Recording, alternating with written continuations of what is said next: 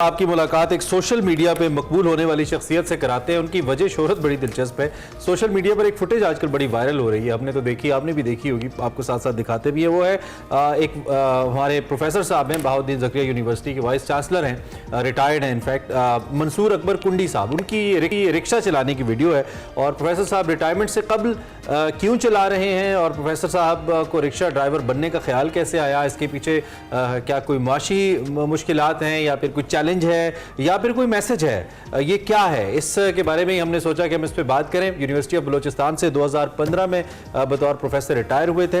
इस वक्त मंसूर कुंडी साहब हमारे साथ मौजूद हैं, हम उनसे बात करते हैं और उनसे पूछते हैं, बल्कि हम आई थिंक आप स्टार्ट कर लें कि इस रिक्शे के पीछे क्या लॉजिक है। डेफिनेटली प्रोफेसर, बहुत शुक्रिया, आप हमारे लिए बेशक बहुत काबिल एहतराम हैं, उस्ताद हैं, और ऑब्वियसली हमने आपकी जो फुटेज भी देखी है, बहुत सारे लोगों को इस हवाले से जानने की क्यूरियोसिटी भी हुई कि क्या ऐसी वजूहात थी, क्या ऐसी रीजंस थी जिनकी बिना पे आपने ये रिक्शा चलाने का सोचा, और थोड़ा सा हमारे देखने वालों को बताइएगा इस हवाले से।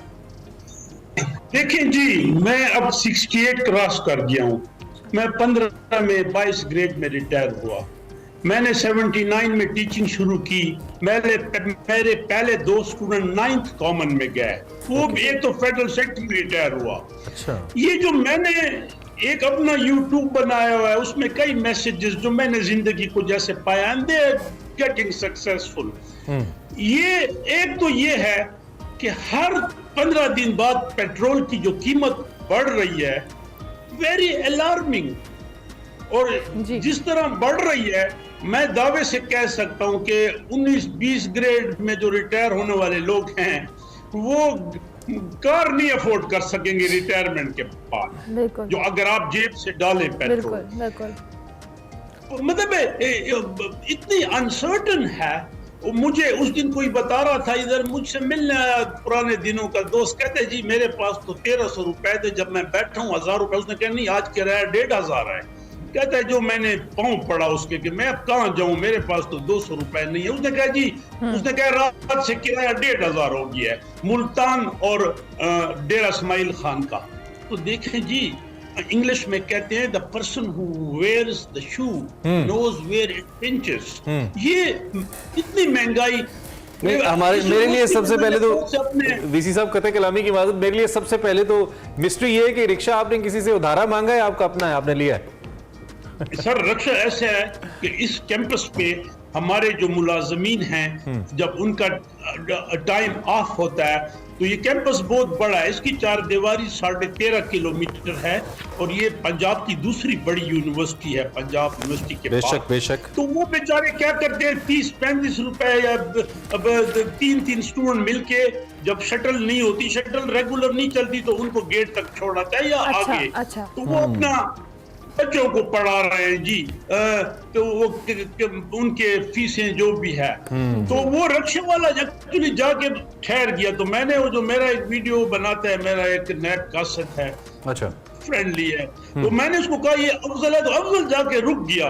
तो जब वो रुका तो अफजल ने मुझे कहा, वो मैंने कहा जी सर, उसने कहा, मैंने कहा क्या कहते हैं सर, ये जो 26 रुपए पेट्रोल महंगा, 15, अभी 26 नहीं महंगा हुआ था, ये बाद में हुआ। ये कोइंसिडेंट भी हुआ, पहले 15 रुपए। उसने कहा सर जिस तरह पेट्रोल बढ़ रहा है, हमारा तो सर जीना हराम है, क्योंकि पेट्रोल के साथ फिर हर चीज एसोसिएट है। अब प्रॉब्लम ये है, ये इंटरिम गवर्नमेंट अल्लाह करे ये 100 रुपए सस्ता कर देती है पेट्रोल, लेकिन वो कीमतें जो बढ़ चुकी हैं वो नीचे नहीं आएंगी। अच्छा प्रोफेसर, जिस तरह से भी आपने खुद भी कहा, ऑब्वियसली हर एक के लिए गुजारा मुश्किल है, और आपने अभी खुद भी मेंशन किया, लेकिन अभी आप अपनी रिटायरमेंट, आप इससे पहले ये हमने विजुअल्स भी देखे और आप इस हवाले से बता रहे, क्योंकि अभी भी आप वाइस चांसलर हैं, तो आपने ये पहले ही क्यों किया? क्योंकि अभी तो माशाल्लाह आपकी जॉब भी है, आप उस तरह से अपने फाइनेंसेस को मैनेज भी कर रहे होंगे, तो ये जो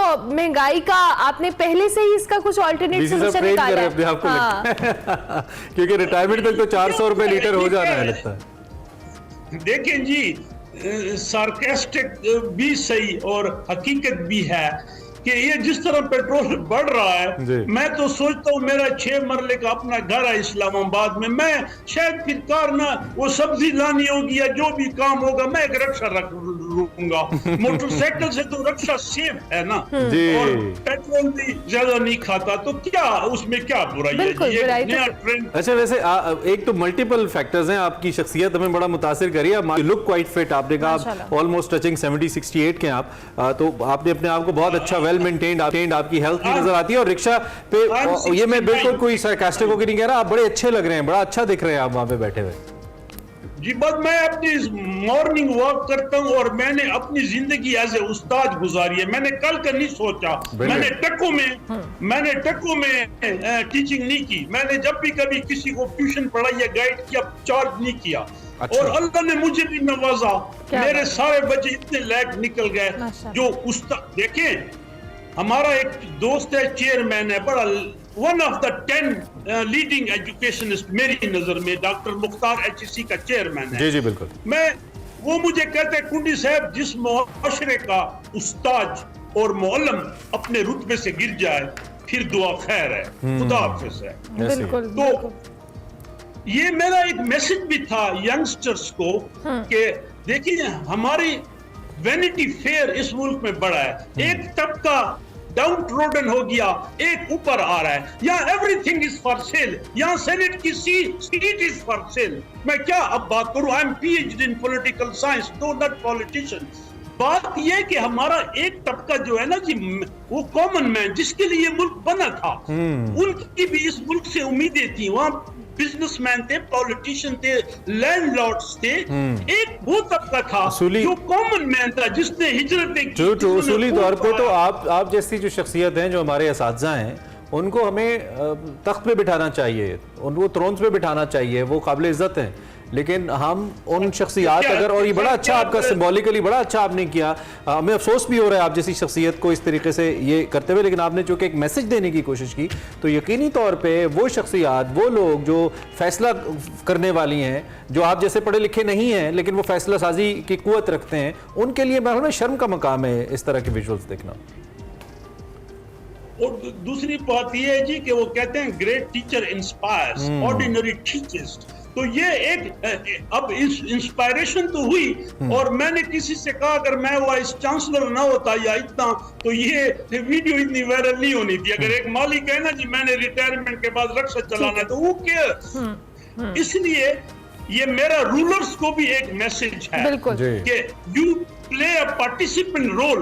आप प्राइम मिनिस्टर हाउसों में बैठ के, जनरल CNC हाउसेस में बैठ के गरीबों को देखें कि उनकी रात कैसे गुजरती आप है, उनका दर्द भी समझे। अच्छा प्रोफेसर साहब, in the end obviously last minute 30 seconds है हमारे पास, हम जरूर चाहेंगे, अब ये जो आपकी वीडियो भी आई, आपके जो जाहिर है आप यूनिवर्सिटी के अंदर पढ़ाते भी हैं, आपके स्टूडेंट्स होंगे, उनका क्या रिएक्शन था ये देखकर? सर, मैडम, मैं हल्फिया कह रहा हूँ, जो मुझे मिले, इतना लहजान तो नहीं है। वो कहते हैं सर वी आर, जो मैसेजेस है, प्राउड ऑफ यू। देखिए, उस दिन मैंने एक शेर पढ़ा था, जल्दी से मैं, कि ना बाद सबा ना नसीम में सहर चाहते हैं लोग।